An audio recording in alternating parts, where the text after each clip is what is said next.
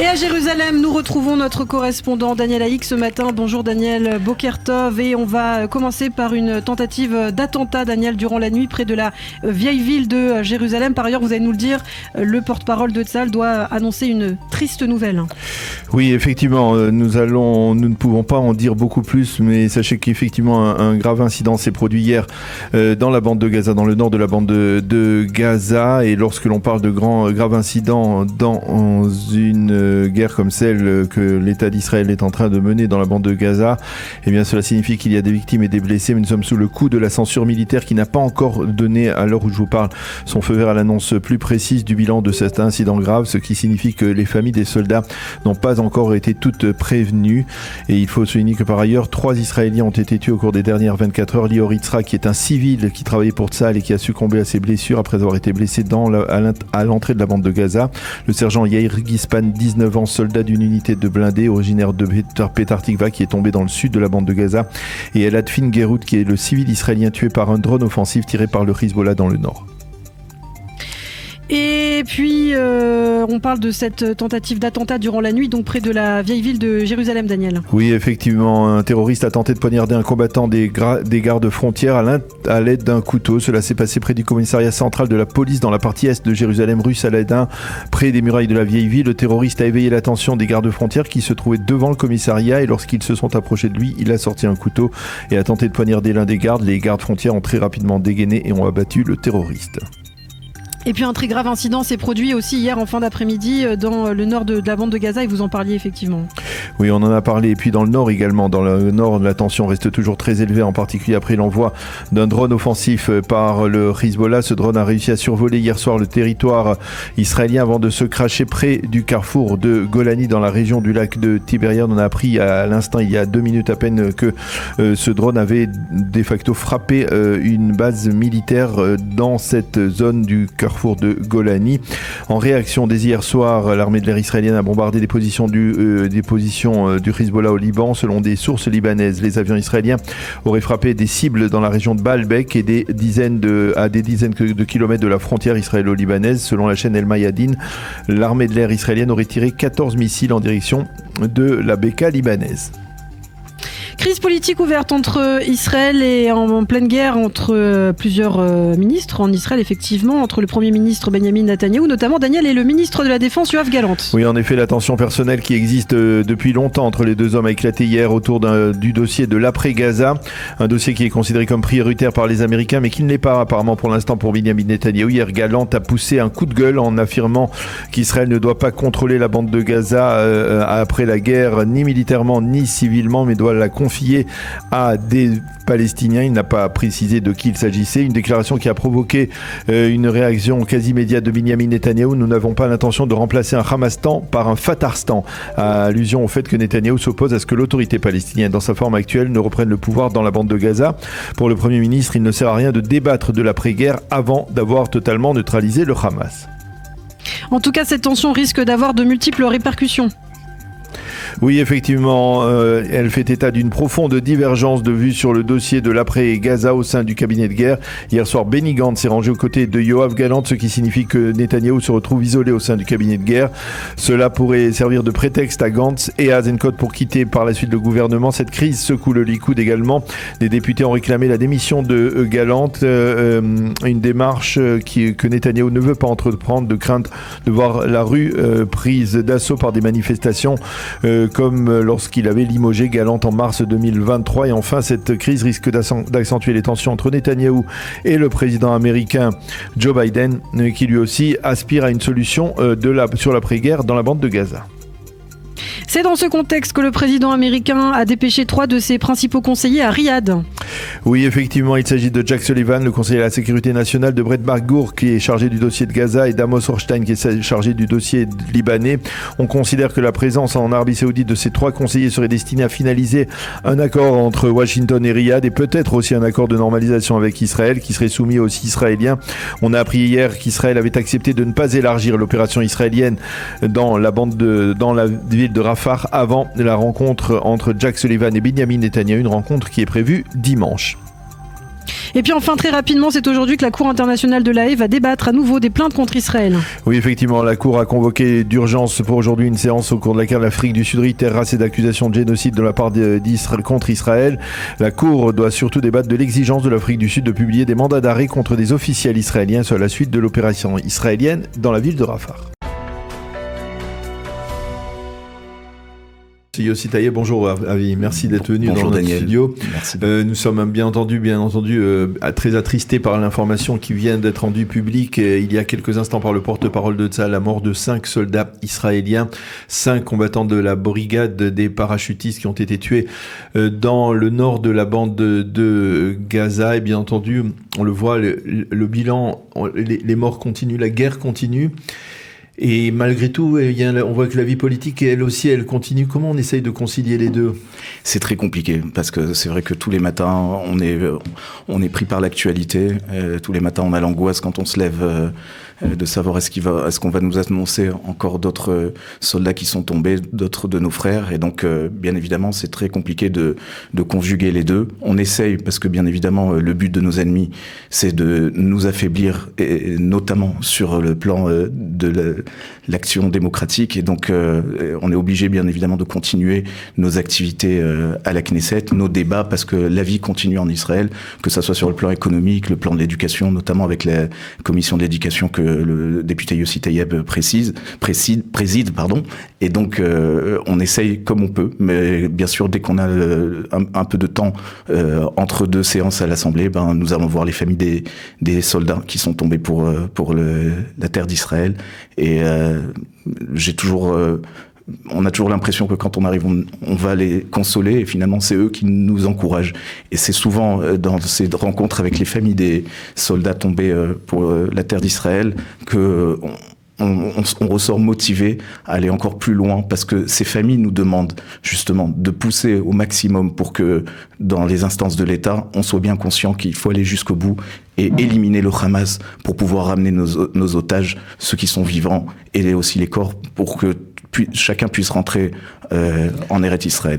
Voilà, effectivement. Alors, bien entendu, tout cela intervient donc dans ce mélange entre la guerre qui se poursuit et la politique qui reprend le dessus quelque peu par rapport au conflit dans la bande de Gaza. Et hier, bien entendu, on a appris toute cette information autour de cette fameuse loi sur l'enrôlement des élèves des yeshivot, une volonté de Binyamin Netanyahou de présenter en fait une version de la loi qui est modifiée par rapport à celle qui devait être présentée à l'origine, mais qui serait la loi qui a été présentée par Benny Gantz, lorsque Benny Gantz était ministre de la Défense dans le gouvernement de Bennett Lapid.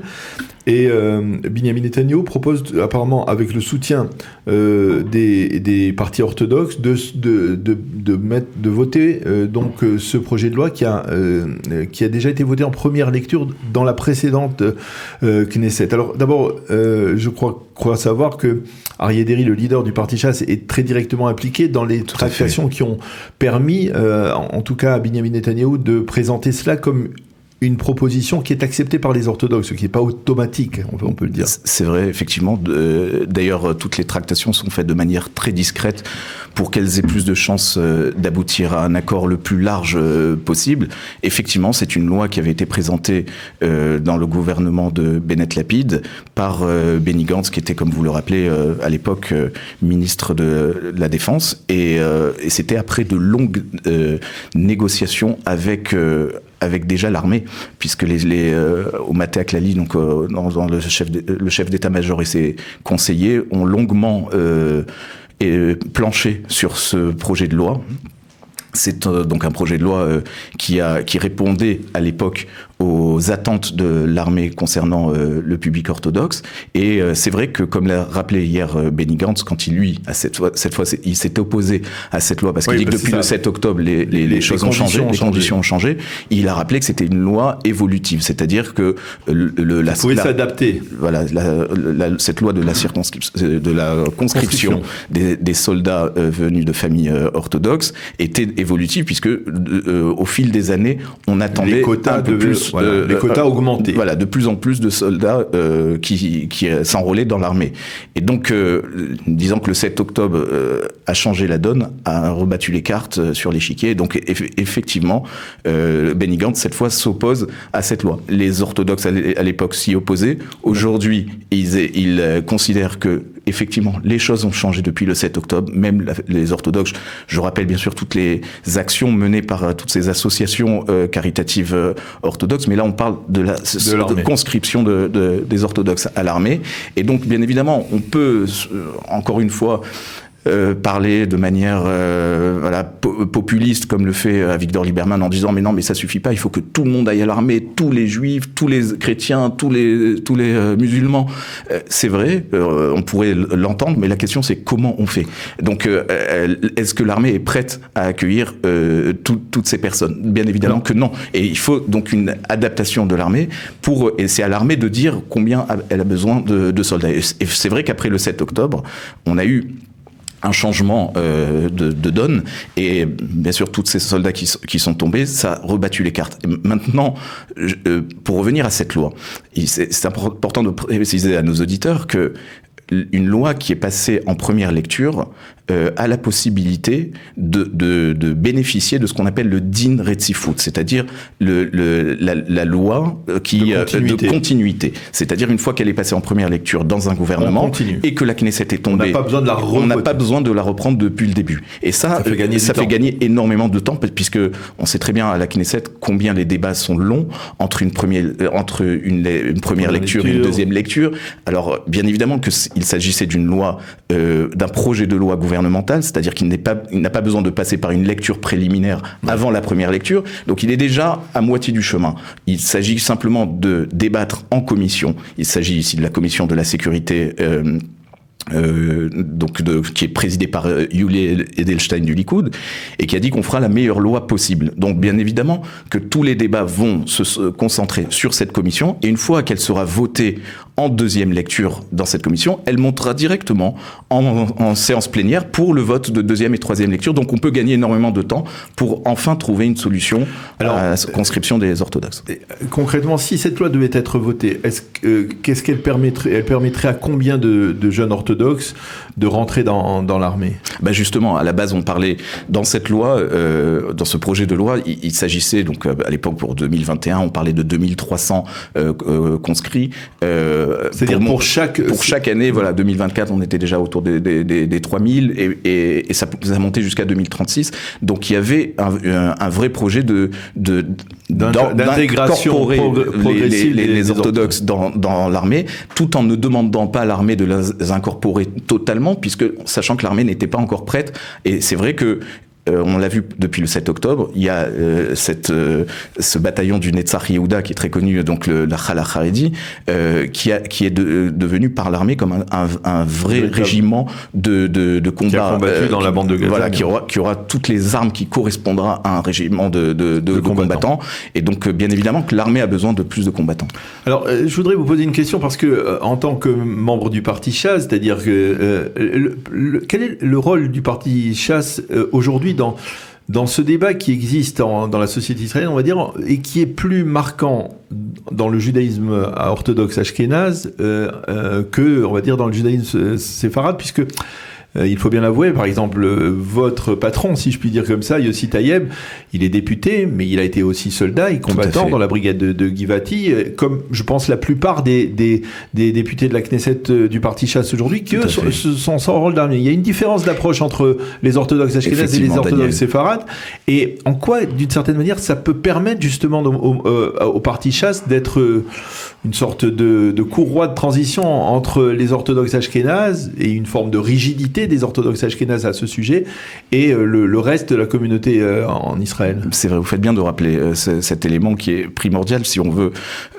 unir un maximum toutes les tendances dans la société israélienne. Et c'est vrai que le parti Shas a un rôle à jouer. Déjà, ces ministères, qui sont au nombre de 6, ont été énormément actifs, notamment le ministère de la Santé depuis le 7 octobre, le ministère des Cultes, avec malheureusement tous ces enterrements qu'il fallait organiser.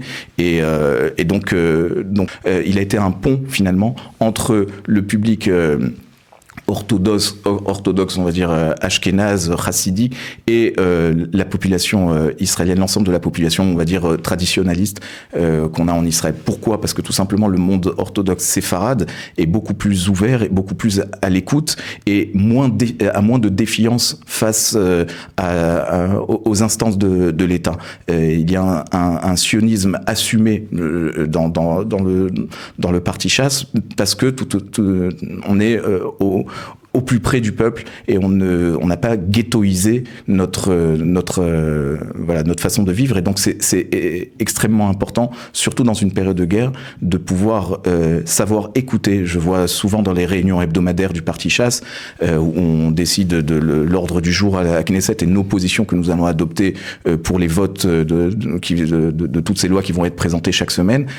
Très souvent, on commence la séance par une réunion avec les familles des otages, les familles de nos soldats, et c'est très important de les écouter. Et ils sont eux-mêmes surpris de voir à quel point le parti Chasse, finalement, souvent est présenté par la presse comme un parti orthodoxe pour mettre tout le monde dans le même sac avec le parti de judaïsme ashkénaze orthodoxe. Et quand on voit dans la réalité, l'approche est complètement différente, et c'est important de le noter. L'approche est différente. On a l'espoir de pouvoir arriver cette fois à un accord enfin viable.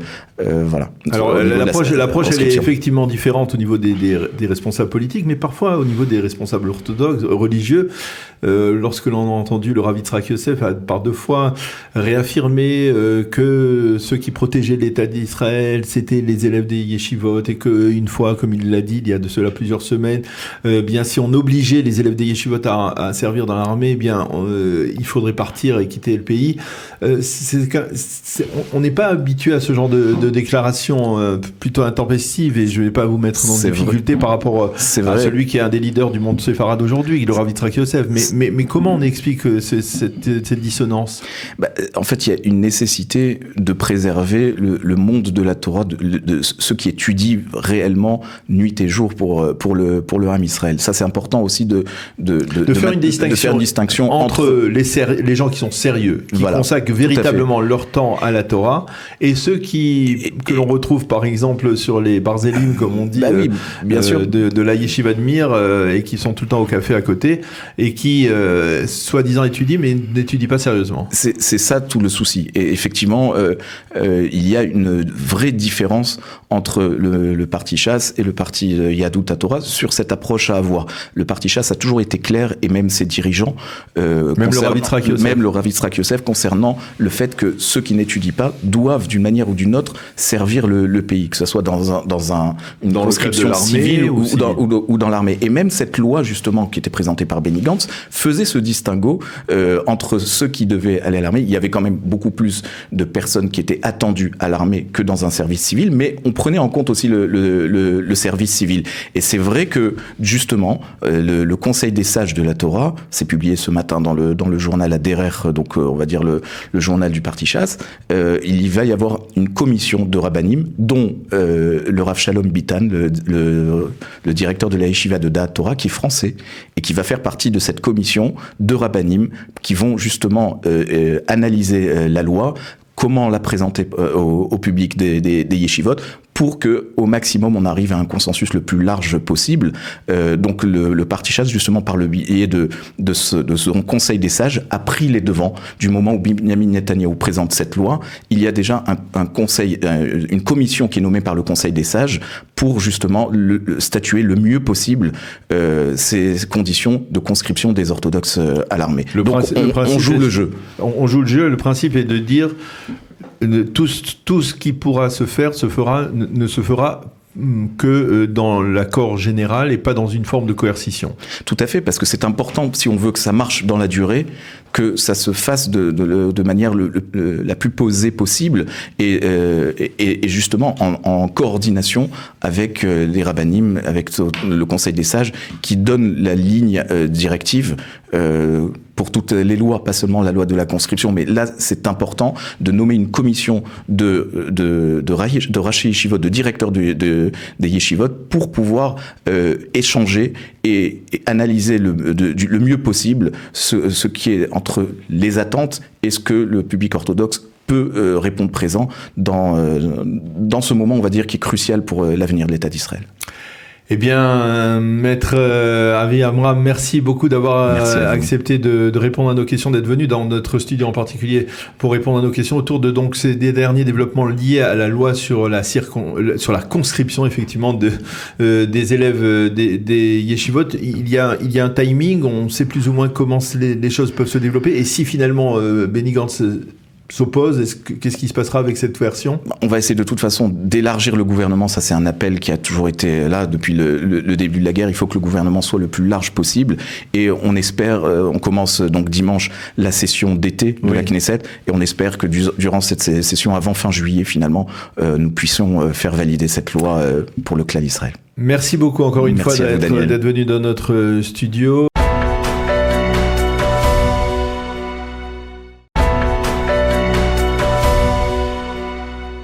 Et Daniel, on commence évidemment par cette triste annonce du porte-parole de Tsahal. 5 soldats israéliens sont tombés dans la bande de Gaza. Oui, effectivement, nous en parlions il y a quelques instants dans le cadre du premier journal d'information, mais l'annonce a été rendue officielle par le porte-parole de l'armée israélienne. 5 soldats israéliens de la brigade des parachutistes sont tombés au combat dans le nord de la bande de Gaza hier. Il s'agit du capitaine Roï Be'er Yaakov, 22 ans, officier de combat du 202e bataillon de la brigade des parachutistes, du sergent Gilad Aryeh-Boim, 22 ans, originaire de Karné Shomron, combattant du 202e bataillon de la brigade des parachutistes, du sergent Daniel Chemu, 20 ans, de Tibériade, combattant du 202e bataillon de la brigade des parachutistes, du sergent Ilan Cohen, 20 ans, de Carmiel, combattant du 202e bataillon de la brigade des parachutistes, et du sergent Betzalel David Shashua, 21 ans, de Tel Aviv, combattant du 202e bataillon de la brigade des parachutistes. Tombés donc, les 5 soldats israéliens sont tombés dans le nord de la bande de Gaza dans des circonstances assez douloureuses et tragiques, sur lesquelles nous reviendrons probablement demain lorsque les informations seront plus claires et les choses se seront quelque peu décantées après cet incident extrêmement grave. Il faut souligner qu'il y a eu aussi plusieurs blessés, 7 ou 8 blessés israéliens qui ont tous été hospitalisés dans les différents hôpitaux à travers le pays. Voilà pour cette triste information de la matinée. La manchette du Yediot Aharonot, par ailleurs, Daniel, est consacrée à une nouvelle crise politique en Israël qui se grève donc sur une situation sécuritaire extrêmement complexe. Oui, cette crise politique a éclaté au grand jour hier et elle oppose frontalement le Premier ministre Binyamin Netanyahou à son ministre de la Défense Yoav Gallant autour d'un dossier brûlant, l'après-guerre dans la bande de Gaza. Yoav Gallant a fait une de ses déclarations fracassantes dont il a le secret. Il n'y aura ni administration militaire ni administration civile dans la bande de Gaza après-guerre. Cela risque de coûter très cher en vie humaine sans la moindre nécessité, a dit Gallant, qui a parlé d'une autorité palestinienne, ou en tout cas de la présence sur place de facteurs palestiniens qui pourraient remplacer le Hamas. Très rapidement, Binyamin Netanyahou a réagi en déclarant « Je ne suis pas prêt à remplacer le Hamas par un Fatah-Stan » ou en d'autres termes « Je suis catégoriquement opposé à confier à l'autorité palestinienne le contrôle de la bande de Gaza ». Peu avant, dans l'après-midi, M. Netanyahou avait indiqué qu'il ne servait à rien de parler de l'après-Gaza tant que le Hamas n'aura pas été totalement éradiqué. Le Yediot Aharonot mentionne les députés et ministres Likoud qui ont réclamé la démission de Yoav Gallant. Netanyahou ne devrait pas aller dans ce sens car il craint des manifestations de protestation semblables à celles qui se sont déclenchées fin mars 2023 sur fond de réforme judiciaire. Le Israël Hayom lui aussi consacre sa manchette à cette crise ouverte entre Gallant et Netanyahou. Oui, et le journal titre ce matin « Ce n'est pas comme cela que l'on mène une guerre ». Et pour illustrer ce titre, de photos de Netanyahou et de Gallant, le visage fermé. Le journal poursuit. La bataille des déclarations d'hier nous révèle un cabinet de guerre divisé. Il précise qu'hier soir, Benny Gantz s'est rangé aux côtés de Yoav Gallant et donc le Premier ministre se retrouve en minorité. Une chose est sûre, affirme le Israël Hayom, il ne faut pas que cette crise se répercute sur les combattants de Tsahal dans la bande de Gaza. Et on s'intéresse à ce qu'écrivent les éditorialistes justement autour de cette crise politique. Oui, nous allons commencer par ceux du Yediot Aharonot. Et aussi Yoshua, l'expert sécuritaire du Yediot, écrit ce matin « Les critiques du ministre de la Défense ont une certaine logique, mais Gallant est le premier à savoir que la situation est complexe, voire même impossible dans la bande de Gaza. Yoshua adhère donc à l'approche de Netanyahou et lui aussi, il dit qu'il n'y aura aucun pouvoir possible dans Gaza tant que le Hamas sera toujours sur le terrain. C'est Israël qui devra se défendre tout seul, écrit Yoshua, qui critique l'échelon militaire qui, selon lui, aujourd'hui à driver Yoav Gallant dans ses critiques. Au vu des carences du 7 octobre, un peu d'humilité ne ferait pas de mal à l'échelon militaire, écrit le spécialiste sécuritaire du Yediot Aharonot. C'est d'ailleurs ce qu'explique Nadav Eyal. L'échelon militaire considère qu'un débat sur l'après-guerre est indispensable et Netanyahou n'est pas prêt à en parler tant que le Hamas ne sera pas défait. Et pour Nadav Eyal, Netanyahou annoncera la défaite du Hamas à l'approche des élections de 2026, pas avant. Navé Dromi, elle, affirme que l'État d'Israël ne peut se permettre un ministre de la Défense qui s'occupe de promouvoir des initiatives politiques alors que la victoire sur le Hamas n'est pas encore acquise et même que c'est le ministre lui-même qui est en train de nous conduire à la défaite.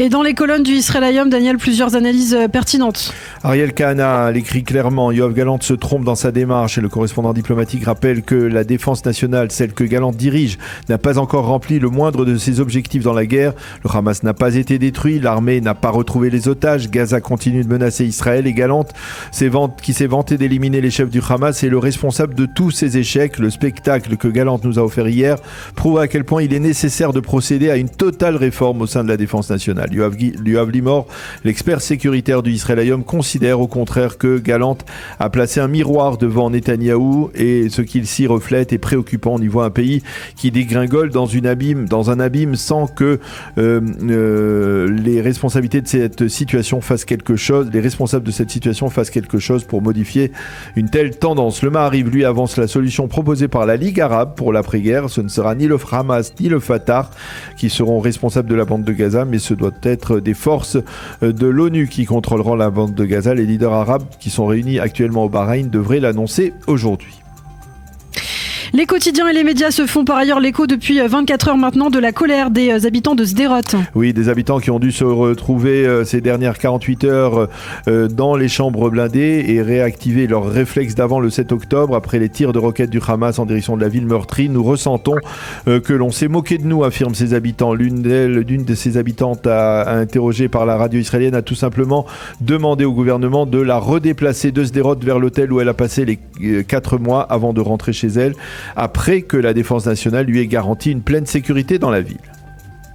Et puis très rapidement, enfin, les quotidiens se font l'écho de la manœuvre de Benjamin Netanyahou autour de la loi sur l'enrôlement des élèves des yeshivot. Une manœuvre qu'il faut mettre au compte du leader du parti Shas Aryeh Deri. Dans le cadre de cette manœuvre, Netanyahou a annoncé qu'il soutenait la loi d'enrôlement proposée par Benny Gantz dans la précédente Knesset. Lorsque Gantz était ministre de la Défense, les orthodoxes y adhéreraient aussi. Cela obligerait Gantz à soutenir ce projet de loi déjà voté en première lecture. Il y aurait donc une majorité en faveur de cette nouvelle loi, mais Gantz refuse de cautionner sa propre loi en affirmant que depuis le 7 octobre, les besoins en quota d'enrôlement des élèves des yeshivot ont considérablement augmenté.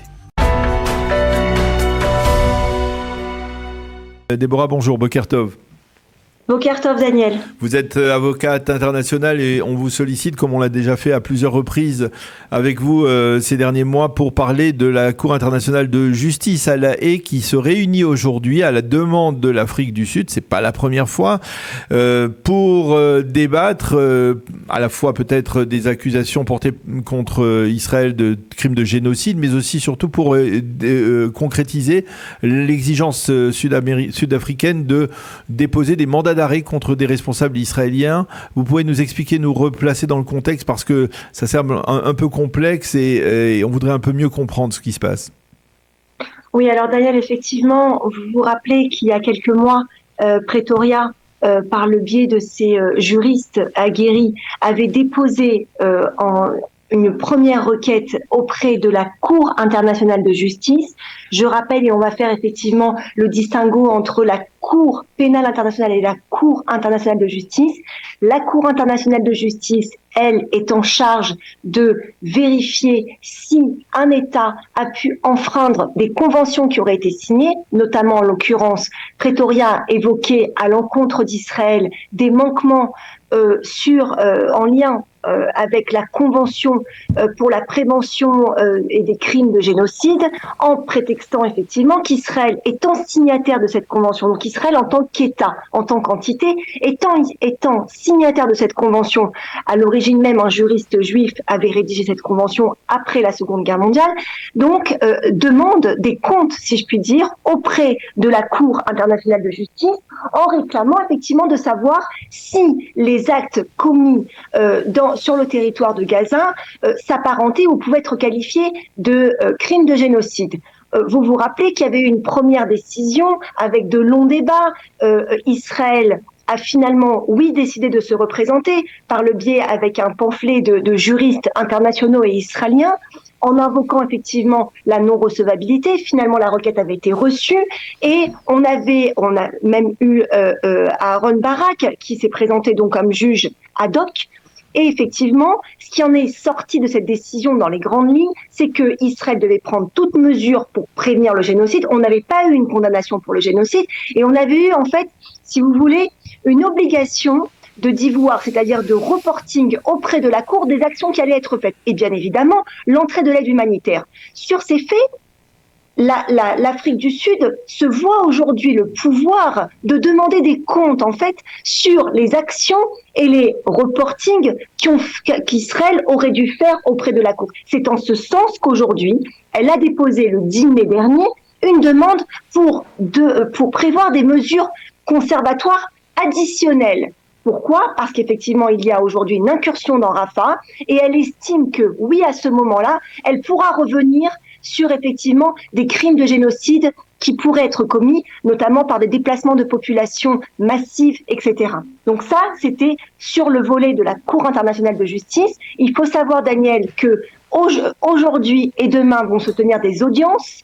À nouveau, c'est vrai qu'on peut être un petit peu suspicieux puisque le 10 mai, la demande a été déposée sur des ordonnances en fait, pour que la Cour puisse déposer des ordonnances et effectivement acter, de vérifier et de prendre des moyens nécessaires, des mesures supplémentaires contre Israël pour garantir en fait la prévention de crimes de génocide. Et on s'aperçoit que quelques jours après, tout de suite cette plainte est enrôlée, les audiences sont tenues et Israël est convoqué demain. Alors que justement, si je ne m'abuse, l'une des caractéristiques de la Cour internationale de justice et de la Cour pénale internationale, eh bien, c'est qu'elle travaille extrêmement lentement en général, n'est-ce pas ?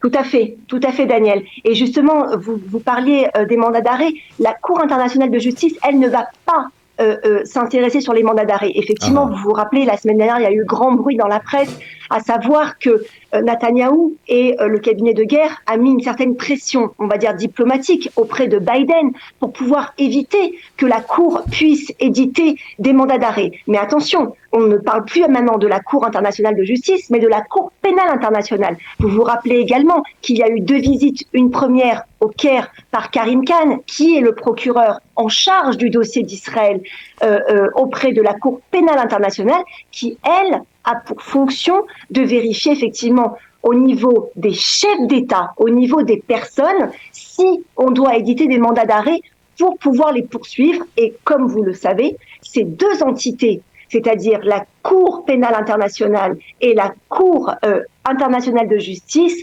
ont des pays signataires, et ce qui fait qu'au-delà d'une pression, si vous voulez, diplomatique qu'exercent les États-Unis, qu'exerce maintenant l'Union européenne également, qui menace de réduire ses relations diplomatiques avec Israël, on a également cette pression judiciaire internationale qui risque effectivement d'avoir des conséquences à long terme.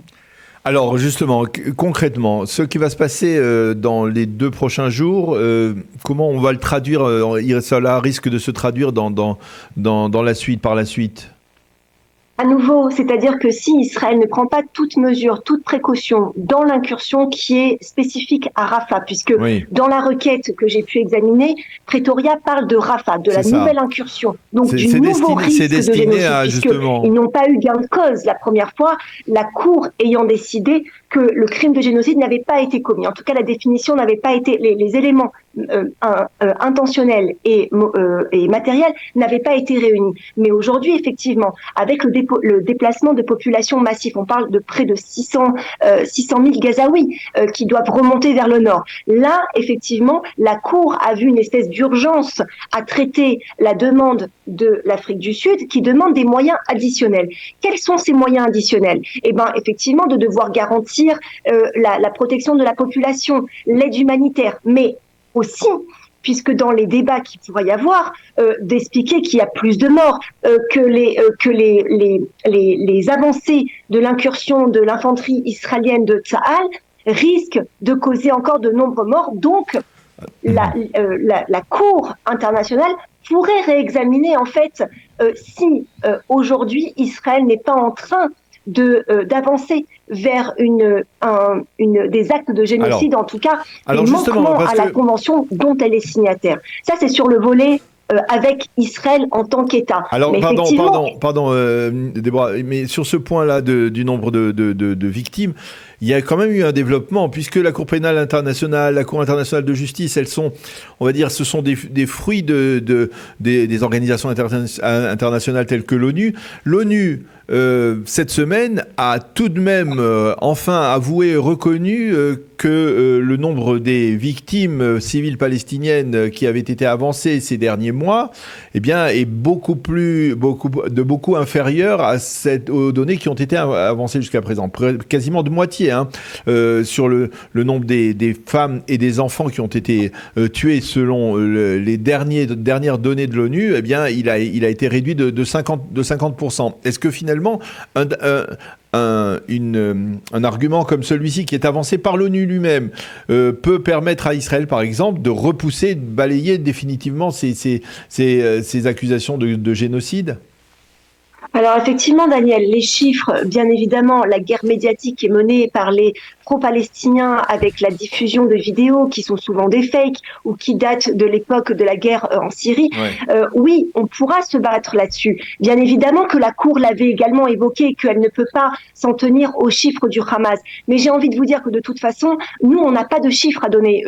J'ai rarement vu des publications de Tsahal sur des chiffres, sur le nombre de Gazaouis qui sont morts sur les endroits où se cachent les terroristes. Donc, on a des dommages collatéraux, c'est évident, on le sait, on ne revient pas là-dessus, mais la problématique qui se pose, c'est que finalement, in fine, les seuls chiffres que possèdent, si vous voulez, les ONG et qui communiquent sur les réseaux sociaux, ce sont les chiffres qui sont communiqués par le Hamas. Alors, il fait bien évidemment de manière très judicieuse et intelligente, très attention de ne pas gonfler trop les chiffres, mais à chaque fois qu'il y a pu avoir des explosions, où on voit effectivement énormément d'artillerie lourde ainsi que des bombardements, c'est des moments où effectivement on voit sur les réseaux sociaux, Telegram, Gazana, etc., qu'il y a une augmentation du nombre à chaque fois communiqué par le Hamas. Donc au niveau des chiffres, je pense qu'on pourra se battre là-dessus. En revanche, là où on a un plus gros problème, Daniel,